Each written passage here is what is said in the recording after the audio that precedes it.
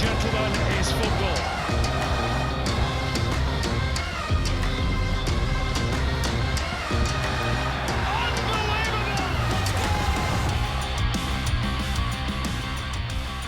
Hello and welcome back to Total A-Leagues. I'm Vince Rugari, Tommy Orr. How you going? Good, great to be back. So much to dive into going into week of finals. Mate. I know. It's finally here. The Exactly. business end of the season, mate, pretty exciting. It We'll get into the games individually later in the show, but this is the good thing about finals, the fact that there won't be one of Wanderers or Melbourne Victory, for instance, after this weekend are gone. And that's right. a pretty and the stakes wild couldn't thought. be higher. And I mean, the matchups are good too. I think that they're kind of, before we had a lot of theories about who we thought was going to play each other, but I'm pretty happy with how it's looking and two exciting games this week. Yeah.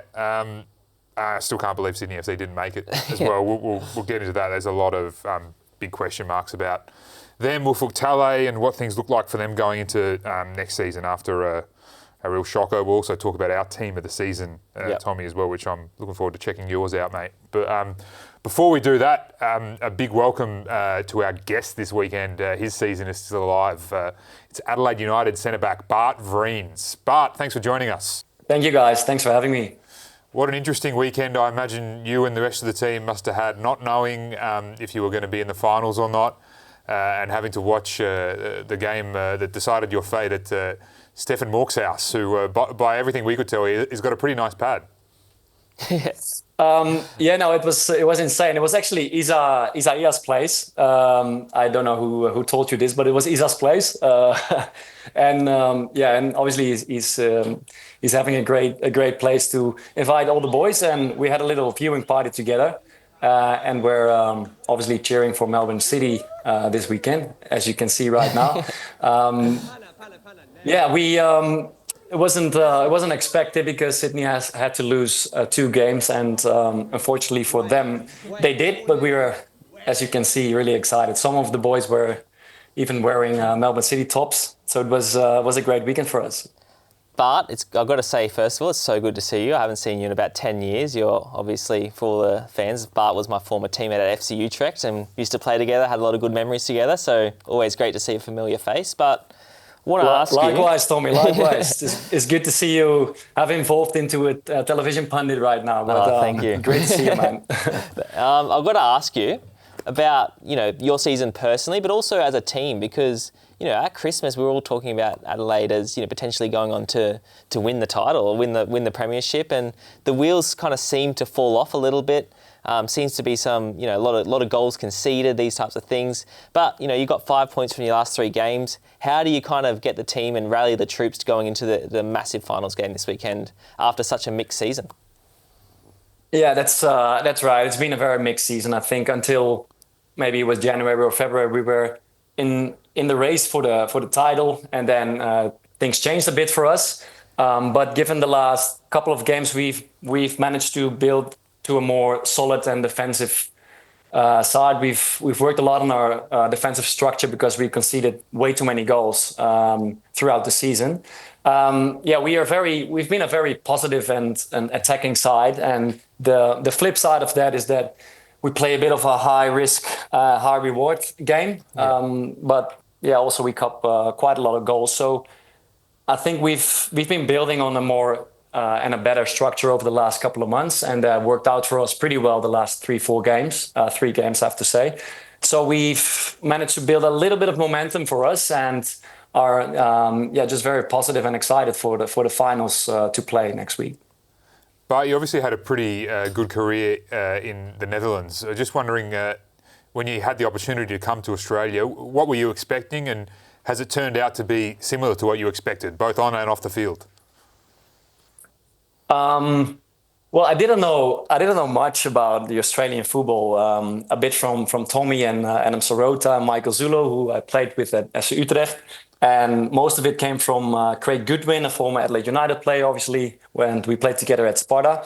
But I just started with a blank page. I wanted to do something special. I wanted to go on an adventure and also test myself in a complete new environment and a complete new league. And it's been just brilliant so far. I've really enjoyed it so far. Football in Australia is not easy. Back home, they would maybe think that it's a very some kind of a kick and rush game, but it's the complete opposite, to be honest. Every team wants to play out from the back and take risks, and there's a lot of energy on the pitch. The games are really intense and entertaining, with lots of goals that have been scored. So it's been a great opportunity for me to really test myself in this new league and see lots of the country as well with all these away trips and all that. So I'm just very happy that I took the step to go to Australia, and hopefully we can finish the season on a high, and really put a mark on this season for Adelaide United.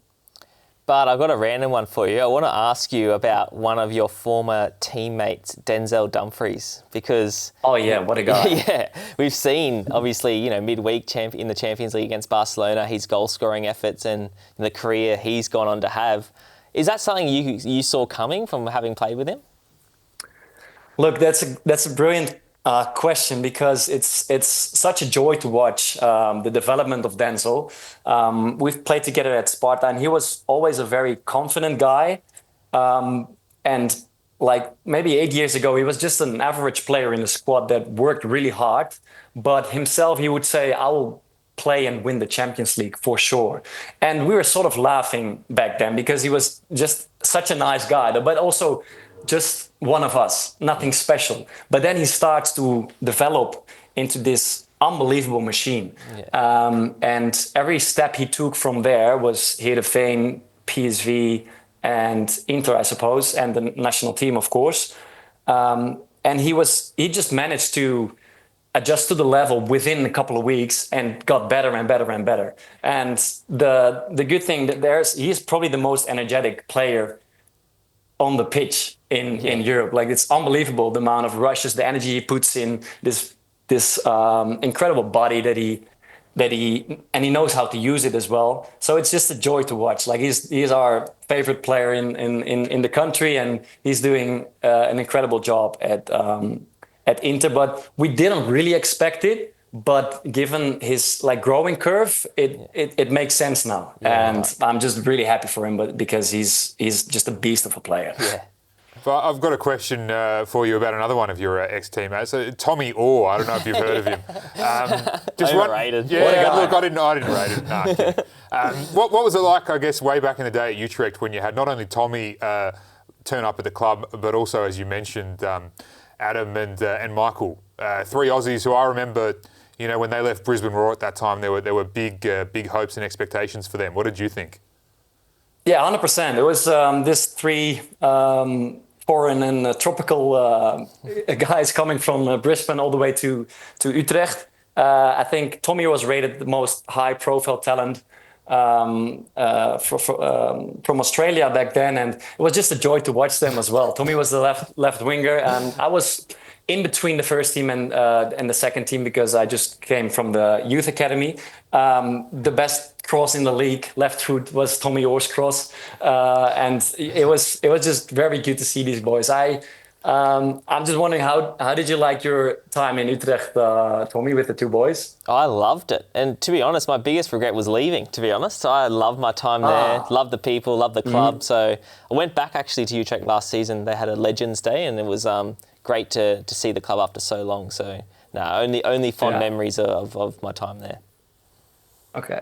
Very cool. good. No, it's awesome that we crossed paths in this way 15 years after, man, in Australia. Yeah, it's crazy. Yeah.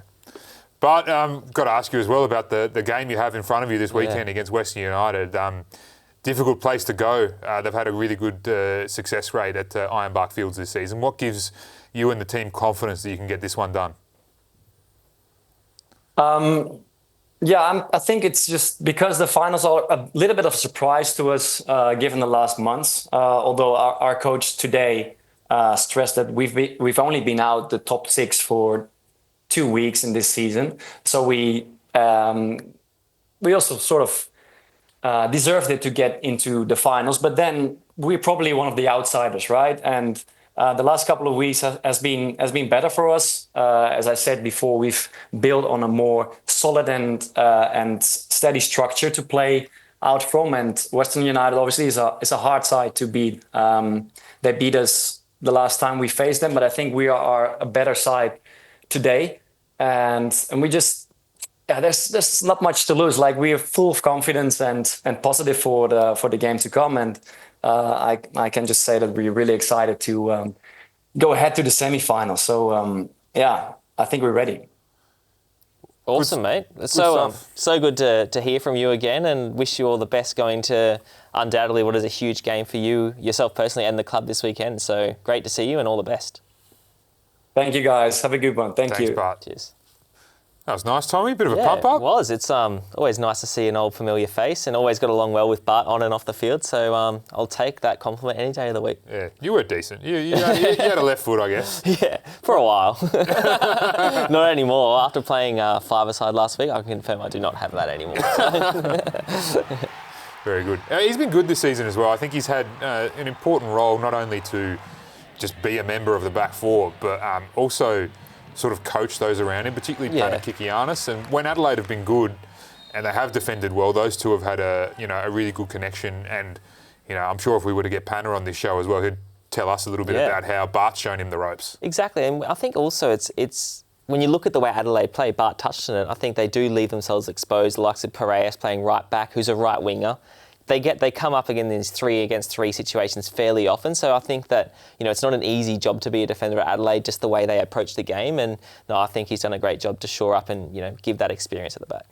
So, Tommy, time to start looking into the games one by one of the two of them this week, which is probably the good thing about the finals. We can speak a little bit more in depth. So Western United Adelaide at Ironbark Fields, the first finals game as well at Ironbark Fields, which is a big help for Western United. They've been really good at home this season. They have, and I think the context around Western United. I think a few weeks ago they were starting to wobble a little bit. I think everybody was starting to get a little bit nervous because if you rewind maybe a month ago, we were talking about them as still potentially winning the league. So they did have a little bit of a fall off at the end. But when you consider their last two games, beating Sydney FC at home and then beating Auckland, the champions at home, huge for them, and huge shock as well to see Sydney FC miss out. It's there in black and white, and I still sort of can't believe it. But there's our bottom seven. We'll rip into them a little bit as well on the show. Some obviously some poor seasons at the bottom end there, and I look at Newcastle, and I think that's a pretty good team for a ninth. It is ninth place, but that's to come, Tommy. And then the final series as well. We know that Adelaide, if they win, they'll definitely play Auckland. Yep. Melbourne City will play the highest ranked of the two who get through this weekend. It's pretty exciting. I like the fact that they made the change. I think the season just gone around the two-legged semi-finals as well, which I think is important. Rather than straight knockout, gives the teams who finish top two, a little bit more security, the opportunity to host, one game and then the second game as well. So it just means that it's probably a more fair tie, and one-off day is not going to cost you exactly right in the league. So I think it's a good balance between this week having the elimination and then having the two legs as well. I think it's exciting, and the stakes could not be higher this weekend. Adelaide, in saying that they're still in it to be, they should. When you look at I keep talking about Sydney FC. We'll get to their season later, but when you look at some of the losses they had, Adelaide shouldn't be in the finals, really. And that's with no disrespect to Adelaide United, but they finished in the top six with the most goals conceded by any team in A-League finals history. Over 2 per game, which is, it's remarkable. But there's two ways of looking at it. Obviously, they have a huge defensive issues, and the other side of looking at it is that they still got enough points to get into the six. So it means that they're scoring lots of goals themselves. So from a neutral's perspective, Adelaide games are always so entertaining because there's going to be goals. And coming up against a Western United team this week, Western United, we know how good they are going forward. So it's going to be, I think there's going to be goals in this game again. They split the points this season, these two teams. Adelaide 2-1 at home in this game we're seeing just here, and then Western United won 3-0 at Ironbark. Not without controversy as well. I remember that non-penalty decision at Coopers was pretty controversial at the time. But Western United may be stiff in that one as well to have actually lost that game. I think so, and I think in the second game, obviously comfortable win for Western United, but there was a couple of keeping mistakes as well, has to be said, from Adelaide on that day. So I think Western United is very much the favourite going into this game. You look at their form the last 2 weeks, I touched on it before, beating Sydney FC, beating Auckland. There's a team that, after wobbling for a while, they've come good again right at the right time, and I think they're going to be full of confidence. So you mentioned keeping mistakes, and you mentioned goals scored for Adelaide, and they got question marks at both ends of the field here. The first one, which I'll ask you, is can Luka Jovanovic step up? We know Archie Goodwin shared the golden boot, but his season's done with a hammy, unfortunately. So it's a huge Luka's loss. time to shine. It's a huge loss. There's no beating around the bush. I think, the amount of goals that Goodwin scored this year at times in the games where, Adelaide's maybe not been playing their best football, he gets a goal out of the blue and all of a sudden they're back into it. I think that's happened on quite a few occasions. But at the same time, Jovanovic, we saw with the young Socceroos what he's capable of doing, and he actually has scored some really important goals as well for Adelaide this year. He's got 4 so far, and this is a huge opportunity for him, and I think they're going to need him to score at least a couple of goals to win this game, I think. And they're going to need a good game from whoever gets the gloves. Who are you putting in out of the 3 who've had a taste this year? Delianov, Cox and Vartuli. Well, Vartuli obviously in recent weeks has, probably been looked a little bit more assured than he has before that. But if it was me, I think Delianov, he's probably the most experienced of the 3 options. This is a huge game. There's no room for error in this game, and I think going for experience between the sticks would be a good call.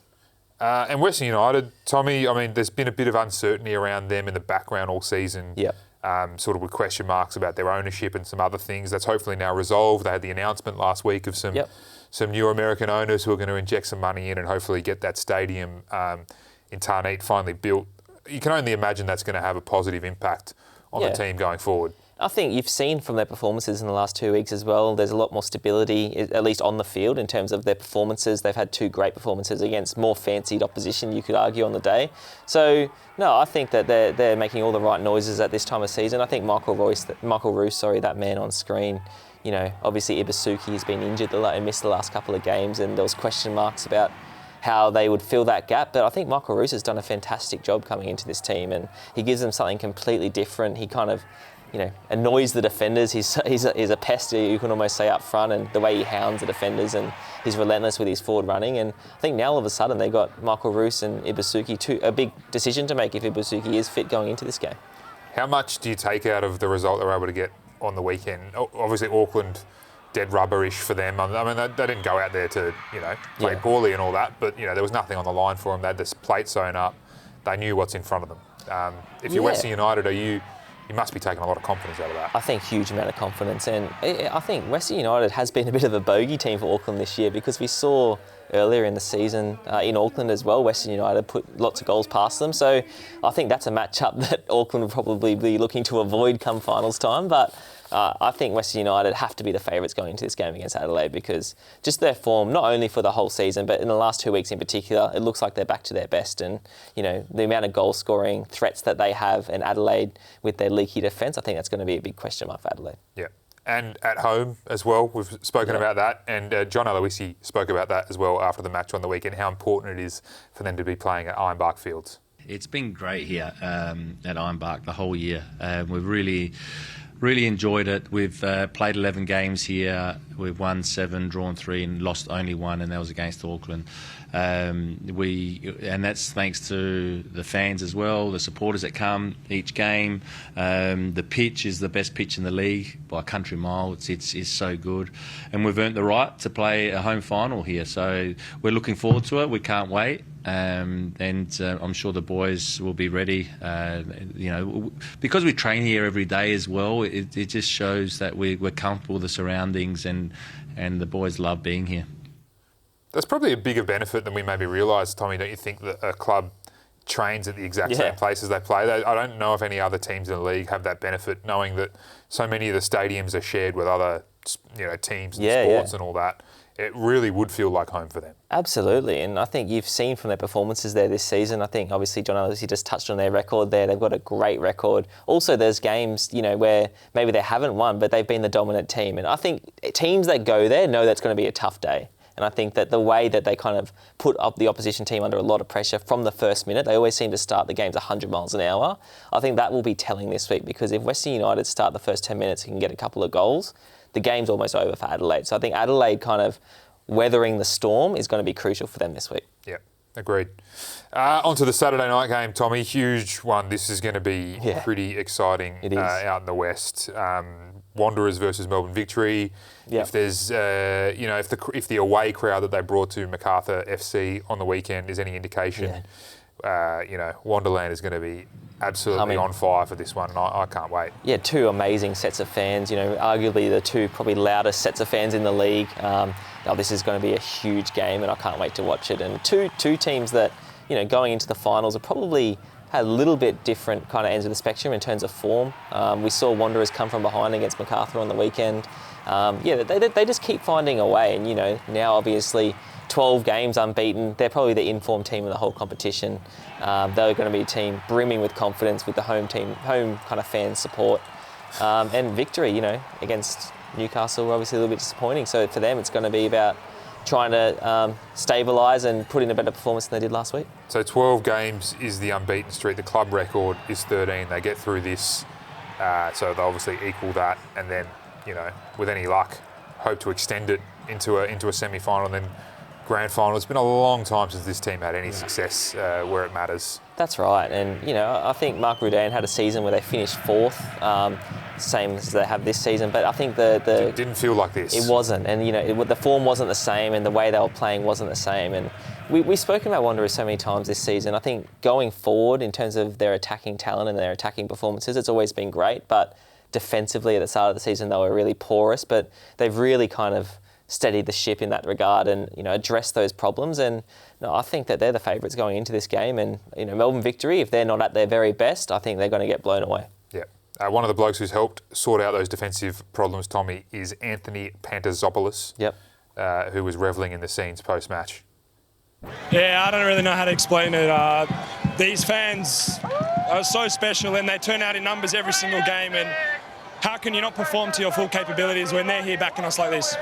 What's it like for you? I mean, you come into this team, you establish yourself, you lead them to a 12-game unbeaten run, home final, you score as well in a Western Sydney derby. What's it feel like for you right now? Definitely cherishing this moment. It's something that you work a long time for, but in the back of my mind, I still know that we've actually not done anything. We've achieved nothing this year apart from a 12-game unbeaten run, but we want something to show for it. So come finals time, we want to be lifting something at the end. Big fan of his, Tommy. He's a beast, and finals games sort of require that attitude sometimes. They do, and I think even in the last month, there's been times where Wanderers have had to defend desperately in their box, and not necessarily do just the pretty things in the attacking half, but also like get their hands dirty and really defend desperately to get results. And he's been at the heart of that, and I think he's been a revelation for them since he's come to the fore this season. So, no, I mean it's got all the makings of being such a great game, this one. Their coach Alen Stajcic wooden spoon last year with Perth Glory, and now bringing as we've mentioned, the form team into the finals. What do you think he's gotten right at the Wanderers, where so many of his predecessors have not quite pieced it together in this way?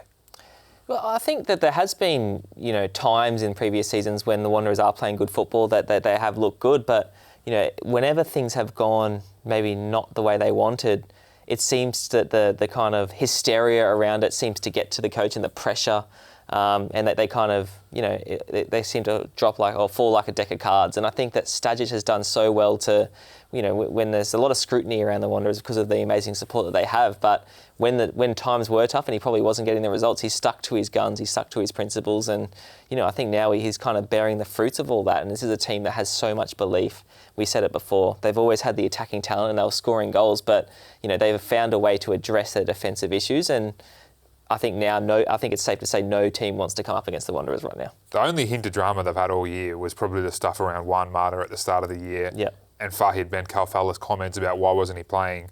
Stage dealt with that pretty well. You could imagine that being a moment that maybe caused some problems internally, but that didn't happen. And it was decisive. I think that was, the way he handled that issue.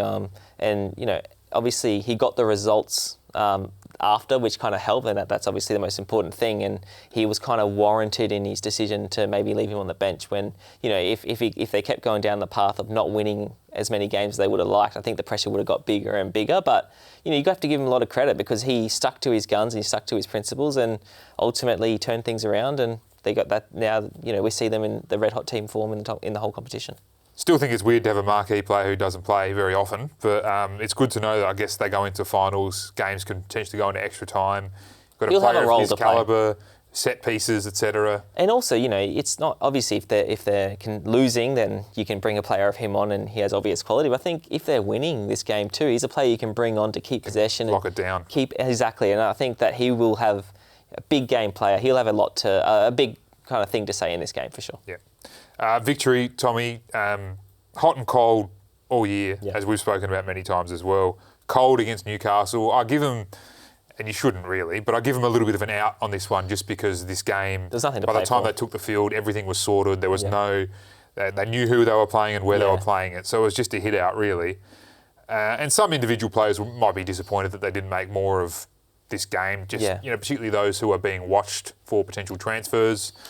Scouts don't care whether there's something on the line or not. They want to see you perform well. That didn't really happen, but I don't know, am I being harsh or are they capable of turning it on? Well, I think, their performance in that game, they still were the better team, and the way they kind of threw it away, they still should have won this game, let's make no mistake, but it wasn't the emphatic performance that sometimes, that we might have expected going into this one. But, at the same time, we've seen this season, the amount of attacking talent they have, they're more than capable of scoring 2 or 3 goals against the Wanderers, and we saw in the last game these two teams play, they're actually 2-0 up and went on to throw it away and lose 4-2 as well. So I said it before, I think there's going to be goals in this game, and for Melbourne Victory, I think it's about, there's going to be times in this game where they're going to have to weather the storm, and we associate Melbourne Victory with this free-flowing attacking football and all the attacking talent that they have, but they're going to have to get their hands dirty and find a way to get through difficult moments in this game, that's for sure. That man we saw score the first goal there, Casey Boss, by the way, I'm told, has a bit of interest from overseas as well, rightfully so on the back of his season. He's maybe trying to catch up to his older brother. But Tommy, don't you think, this is going to be a cracking game? We're not just saying that, it's because there's two teams who, it's almost going to be slingshot football in a way. They're both probably at their best counter-attacking. So if you have, Velupala and Arzani on one side, Borello, Milanovic, Sapsford on the other. And, I think if you look at it this way as well, I think, the team that wins this, there's a lot of Socceroos in those attacking positions, and the team that wins this will obviously get 2 more games going into the next Socceroos window. I think for their Socceroos ambitions on a personal level, winning this game will have a massive say on whether they're, in contention for that next Socceroos squad. So I think the stakes collectively for the team and individually for these players could not be higher. Let's hear a little bit now from Melbourne Victory coach Arthur Dillez, who, don't forget as well, used to work at the Wanderers in a previous life, former assistant coach and youth coach there. Yeah, we're very, very confident because in the end, even the game here will tune it up as well. So, we've had 2 good performances against them, maybe haven't been rewarded with the result. And that happens. It's football. It happens sometimes. And like I said, now we get ready for next week. It's a different game, different intensity. It's totally different. It's a finals game, and we've got to be ready for that physically, mentally, emotionally. And, we've got the next 5-6 days to get ready for that. His first final as well as a manager, Tommy. He's been under a lot of pressure this year as well. I think that he seems to have stabilised things after a rocky start, and I think that they're going to give it a good shake. I think the Wanderers are still my tip in this one, though. Yeah, hard to see them squandering this one at home. I think the home atmosphere is going to be amazing. This is going to be a game not to miss out. Wonderland, when it gets that many people inside there, and as I mentioned, you could see how many turned up to Campbelltown, so imagine how many are going to turn up. That's right, and I think this will be a throwback to what the Wanderers and the intimidating crowd that we saw all those years ago, and I can't wait. Yep.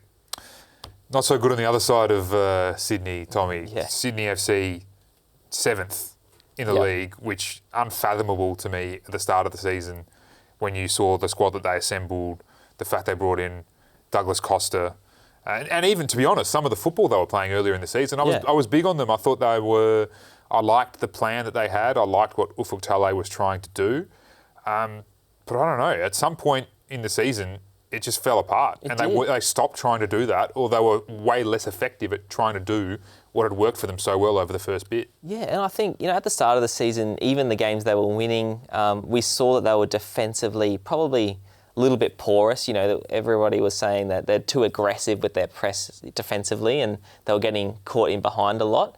And I think that the team kind of lost confidence as a result, and they started to retreat, and all of a sudden they were inviting attacks. And this is a team, they lost their last 2 games of the season when it was in their own hands, and I think that is kind of symptomatic of their season as a whole, because when it came to the crunch and when the pressure was on, they weren't able to deliver, and that ultimately it was probably the most underwhelming team of the season in terms of not living up to expectations. Well, I couldn't believe what I was seeing when I was watching this game, to be honest. I thought we were going to see, especially in such a last-ditch situation, Sydney FC, throw everything at them, but times here when, Melbourne City were attacking, every time they went forward, it felt like they were going to score. And every problem we've spoken about with Sydney FC this year, including the goalkeeping there to be beaten at your near post, I mean, all those problems came home to roost. And, I think there are some serious question marks that have been said about Ufuk Talay in recent times. Obviously about his selection, the fact that Andrew Redmayne and Max Burgess have been on the outer. I think there are, I think the fans deserve some answers about that because it's still not clear why they were on the outer. But ultimately, I think looking at it from a bigger picture, I think Sydney FC's problems were defensive this season. And, I think if you look at the number of attackers that they have in their squad, Costa, Lolly, Stajcic, these are some of the best players in the competition. I think they were too top-heavy in their team. And I think that, one or two defenders to kind of shore things up, and maybe one less attacker in the front third, probably would have been a better balance. Yeah, I think you're right. They are top-heavy. They averaged 2 goals a game and still missed the finals. So that shows you how bad things were at the other end. And I just think the in the off-season, the recruitment was probably where they got it wrong to begin with. I look at a player like Anis Wahim, who's had some really good moments in the league, but I just think maybe that foreign spot and that money would have been better allocated on a foreign defender who could help shore things up at the back, provide that leadership they were missing. Completely agree. And then that attacking role can be filled by someone like Max Burgess. Or even Stajcic, because he was used off the bench. It's worth saying a lot this season. No, I think there are some huge question marks and some perplexing decision-making around some of his choices. I still think, his overall philosophy and the way he goes about the game is good. And I think we've seen it at its best that it is a good kind of philosophy. But, when it wasn't working, he wasn't learning his lessons and adjusting it. And I think that was the frustrating thing for the fans, is because week after week we saw the same kind of porous defending. And, it was just frustrating to watch, I'm sure, for Sydney FC fans. So has Ufuk Talay signed a new 2-year deal? Has he agreed to it? We don't know. We expect... I anticipate that he has signed and they're going to have to figure out a way to sell this to the fans, which is going to be difficult because a lot of those fans want a new coach. Some of those fans want Graham Arnold. I think it's a little bit too late there because we're seeing this week reports from the Middle East that Arnie is going to be signing on as the Iraq national team manager, Tommy, which is... it's something. If what happens, all the best to him. It'd be great to see him back in football, international football, and wish him all the best. But, back to Sydney FC, I think... I always find it weird. If he has already signed, we saw it with Arthur Dillers, how Melbourne Victory delayed the announcement after they had signed him, and they kind of dug themselves into a hole. Well, they were trying to wait for a win. Sydney FC are in a different situation now. How long can you wait? But what are you waiting for? I think just if there's a decision made and somebody has signed, just announce it. And I think that's always the cleanest, best. Otherwise, you put yourself in these awkward. There's a potential to put yourself in this awkward position, and I think that'll be interesting and one to keep an eye on for sure. And just quickly, what do you think they need next season in this squad? Is there a massive overhaul required, or do you think they're missing, 1, 2, 3 more players who can fit into where they've got holes and they'll be right? I think you can see the number of young players coming through the academy at Sydney FC, particularly attacking players. I think they've got enough there. I'm sure they'll lose 1 or 2 of them. Obviously, Stajcic is probably gone. But I think there's still enough there, like Kacharski as he stays. Don't think that'll happen, by the way. So even then, it seems to be a bit of a conveyor belt of young attacking talent. With Sydney FC, they're always going to have the star names, the likes of Costa. I think he's around for another season. So I think you touched on it before, shoring up that defence at midfield. I think Anthony Caceres, if he ends up staying, big if again, needs another midfield partner. I think the spine defensively and in the midfield was where they lost this season. And a goalkeeper, I'd say. Well, they had one this year though. Yeah. We mentioned Adrian Stajcic. He ended up tied with Archie Goodwin for the Golden Boot. What do you make of that, Tom? It's the lowest number of goals we've had from a Golden Boot scorer in quite some time. There's a lot of goals have been scored this season, but they've been spread out along the league. They have, and it's interesting. You associate the Golden Boot with a Jane McLaren or a Berisha in a team that's probably going to win the league. Scoring 20-plus goals, and that didn't transpire this season. But, I think Stajcic, I think if he played more minutes and probably played the minutes he deserved to play this year from the start, like starting games, I think he probably would have got that tally up a bit higher to what we saw with the likes of Berisha and McLaren in the previous season. So, is what it is, but well done to both of them. But ultimately, I'm sure he would probably trade it for a place in the finals. Absolutely. And Archie Goodwin, we're going to see, some of the top goal scorers this season move on at the end of this one. So Modric will go, I reckon, Yep. Stajcic, Milanovic. Archie Goodwin, I think, will stay in the league. He's got a hamstring injury to rehab at the moment. And I hope he does that well, comes back next season and takes the next step in his career and goes from 13 goals to 20 plus. I think he's got it in him. Agree, and I think he did still make a huge step this year. Obviously, new environment, I think he did come a long way this season, and we spoke about it before, how many important goals he did score for Adelaide. No, I think he's such an exciting talent, and Adelaide's very lucky to have him. Tommy, we've been asked to compile our teams of the season, which was a fun exercise. It was. Been a lot of good players that we've seen, a lot of players we've talked about, excited about their futures, etc., etc. To be honest, it was easier than I thought it would be to put together. I know we've differed a little bit. Let's start with your team and let's have a look and see where we've differed.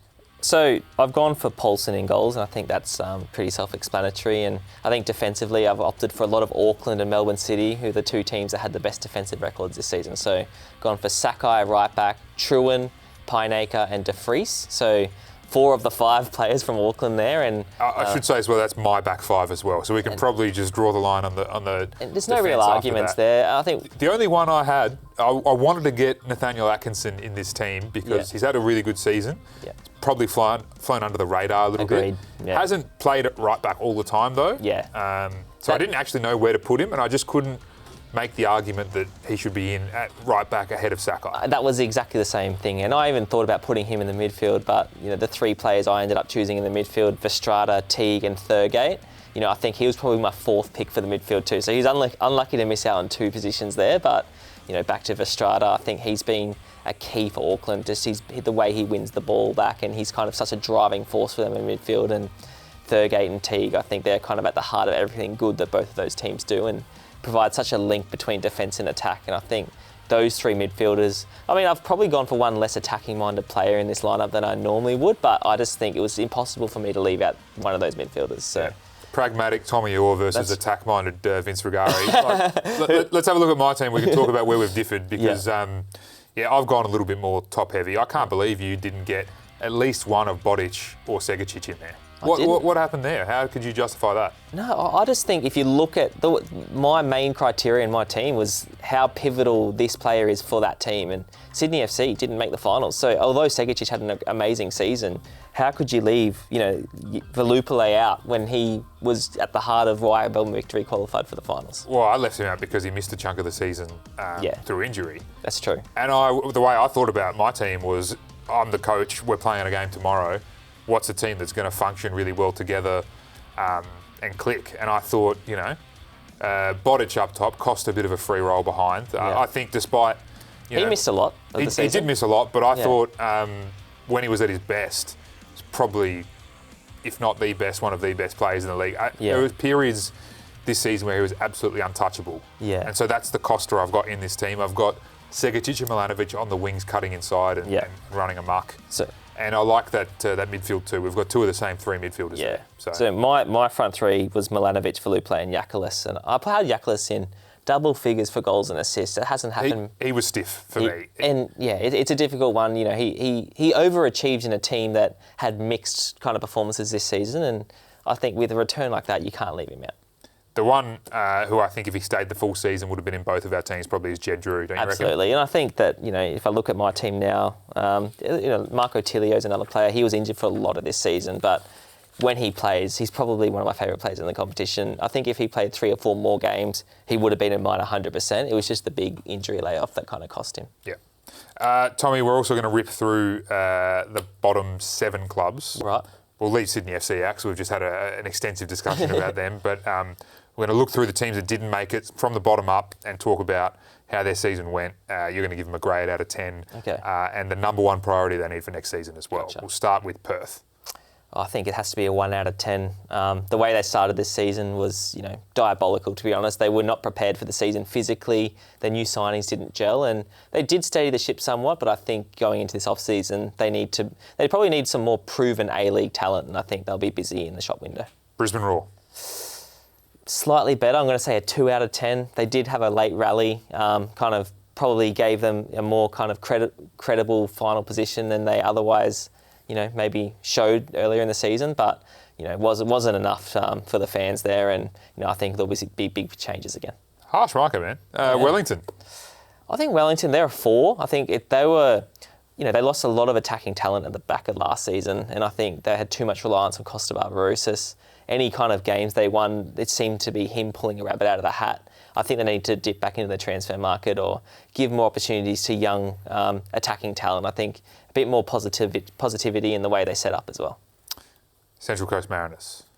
Probably a 4 as well. Obviously, when you win the treble last year, or a form of a treble last year, and then go on to finish as low as they did this season, I think they'll all be disappointed. But they had such a big clean out of players that they had so much inexperience, and I think they do need to be busy in the transfer market. But I will say I think they'll be better for the experience. The likes of Hayne Eames next year stepping up to the plate will be better for his experience this year. Newcastle, minimum 6, surely. I think Newcastle, they'll probably my most unlucky team not to make the 6. I think they're a 5. I think, 4. But ultimately, the table doesn't lie. So, I think their performances were better than their table position suggests, but it's a game about winning and losing. And, I think they did produce or bring out a lot of really exciting players. But, I think Eli Adams, for example, breakout player. Clayton Taylor, he's been exciting as well. But, not being able to transfer the performances into points was costly for them. Okay. MacArthur? 6. I'm going to say a 6 because I'm swapping those numbers personally. But MacArthur, I think they were very much in the 6, and then when you see the likes of Ale Germain, Jed Drew depart, it was almost like the tale of 2 seasons for them. And after that happened, recovering from that is difficult. And Mile Stajcic didn't really have, I felt sorry for him, and they still have so much quality in their squad. I think that next year they probably need to sign 1 or 2 more defenders. I think they're too top heavy, like Sydney FC, but I think overall the reason for their slide was kind of understandable. And I just want a number from you on Sydney FC. This will be good. 3. Yeah. They had their moments. They won, Sydney derbies. They were good in some of the Sydney derbies. They didn't win anything this season. They should have gone deeper in the ACL2. Knocked out of the cup from an NPL team as well. Obviously a very good team in the NPL, but still at the same time, big fail for Sydney FC. Yeah, agreed. Tommy, the boys on the A-League download had a look ahead at the finals coming up this weekend and made their predictions. Let's have a listen. Tell me what's going to happen, Batka. The Tarnate Fortress. Yeah. Our chat with JA. Yeah. Western United win. Comfortable? It's that easy. Or tight? No, I think comfortable. Okay. I think comfortable. All right. How do you see it? I think as well that Western United are going to win, but I think it's going to be tight. I think Adelaide will pull up a fight. They've still got plenty of experience. I think it's going to be 2-1, for Western. I think that they'll use their home advantage and creep over the line. Then on Saturday night, the Combank, 7:40 kickoff. Western Sydney Wanderers versus my guys, Melbourne Victory. Your guys. My guys. Okay. I think I already answered it earlier. I think it's going to be... Answer it again, for goodness sake. Yes, and it's going to be Western Sydney. But hopefully like a 5-3. Oh, right. Like an absolute cracker, because I think definitely Victory is going to score goals, but so is Western. And I think they've got that area now riled up. They struggled maybe a year or 2 ago with the fans there, but the atmosphere is going to be cracking, and that's going to also be an advantage. So they're in good form, home field advantage. 5-3, 4-2, give it to me. Give it to Thomas. What do you want? I won't give it to Thomas. No. Because he's a big man. I think Victory. Yeah.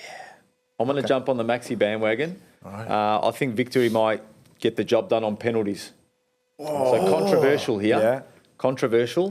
That could happen. Incident packed. Yeah. Incident packed. Yeah, we know that's going to be. It's going to happen. It's got too many big names in this fixture for it not to happen. So really looking forward to it, but can't wait. I think Victory on penalties. We're going to do ours now, Tommy. Some big calls there, by the way. I want some big calls from you. Western United, Adelaide. I think Western United is way too strong. Scoreline? I think it's going to be a statement win. I'm going to say 4-1 Western United. There's going to be goals that you can guarantee. I'm going 2-1 to Western United. I think Adelaide will put up a bit of a fight. Yep. But Western United will just get it done. Right. The next one's the one I want to know from you. Who do you think? I believe, potentially to my fault, Yeah. Western City, I believe in the Wanderers. I reckon 3-2 Wanderers. I reckon it's going to be a cracker. Yeah. I reckon they're going to be excellent. I reckon the crowd's going to be unbelievable. And this is just going to be one of those games. This has all the makings for such a good game. I'm surprised that Norm said, victory was going to win, because I think the Wanderers are going to win. Their form, home form in particular. I'm going to say Wanderers to win 2-0.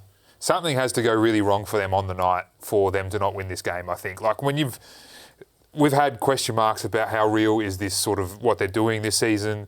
Can they be consistent? Yeah. I think they are consistent. They have been, very consistent. Yeah. Also, last game, you could argue, against Victory, it did go wrong. They were 2-0 down. They won 4-2. So I think that this team has a bit more resilience to them now. I think they're going to be tough to beat, not only in this game, but in the finals altogether. Yeah, agree. We'll see who's right, Thomas. Yep. It's semi-finals time as well in the Ninja A-League. Let's hear a little bit from Amy and the Dub Zone team about what's happening there. Well, this week on Dub Zone, it's all square in Gosford as the Mariners fight back against City in their semi-final first leg. Mariners captain Taryn King joins us ahead of their trip to Melbourne this weekend. And advantage victory as a Claudia Bunge double jumps the Reds. Teo and Teresa will join me again, and I'm keen to find out what stood out in week one of the semis, T. For me, it was exciting watching the quality of the set pieces, the deliveries, the movements in the box. It felt like a goal could happen off any set piece. Very exciting stuff. It has not been a progression or a procession to the grand final for our undefeated premiers just yet. It's exciting that the semi-final is still very much on the line. Yeah, plenty to play for, that is for sure. All that and more in another edition of Dub Zone. Catch us on the A-League's app, website and YouTube channel, along with 10Play. Tommy, 3 minutes extra time to finish off. A bit to talk about, actually. We'll start with the coaching world. There's a bit of movement this week. We already mentioned Sydney FC and Graham Arnold going to Iraq. Push that to one side. Brisbane Roar have parted ways with Ruben Zakovic. Looks like Michael Valkanis will be the man. What do you think about that change? Yeah, I think it was inevitable that Zagovic would depart, but I think that's an exciting appointment. We've seen him obviously in assistant capacity in the A-League, but now with that European experience, obviously at massive roles overseas, Ajax and the Greek national team as well, I think he's got all the makings to be a great coach, and can't wait to see him hopefully get the job there. Yep. Newcastle Jets have confirmed and unveiled Mark Milligan as well. I really like this one, Tommy. Same. The world's worst kept secret, this one. I think this has been known for a while, but that's really exciting. And I think he's got a good foundation to grow from as well. He's not going into a team that needs a complete overhaul. They had a lot of good things this season, and I think he'll make them very competitive next year. And depending on what happens with the Fuktale, we don't know if there's going to be an opening at Sydney FC, but we know that there's one man who's potentially looking at a move back home, and that's Nick Montgomery.